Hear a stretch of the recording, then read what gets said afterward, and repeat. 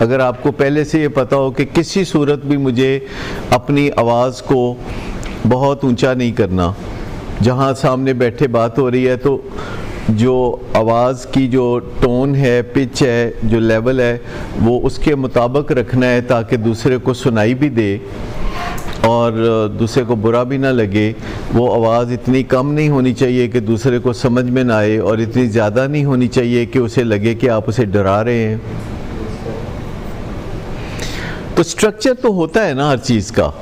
यानी गुफ्तो शनीद का भी एक स्ट्रक्चर होता है जिसमें आप सोच रहे होते हैं कि मेरी बॉडी लैंग्वेज क्या कह रही है। कभी सोचा कि मेरी बॉडी लैंग्वेज क्या कह रही है? जब आप बात करते हैं किसी से तो अपनी बॉडी लैंग्वेज के बारे में आप कॉन्शियस होते कि आया मैं मुंह इधर करके अपने अब्बा को कह रहा हूँ, या लाहौर में आपको पता है सबसे बड़ा मसला क्या है? लाहौर में सबसे बड़ा मसला नंबर 1 जो है वो ये है कि बहू सास को सलाम कर रही है कि नहीं सवेरे उठ के, ये सबसे बड़ा मसला है।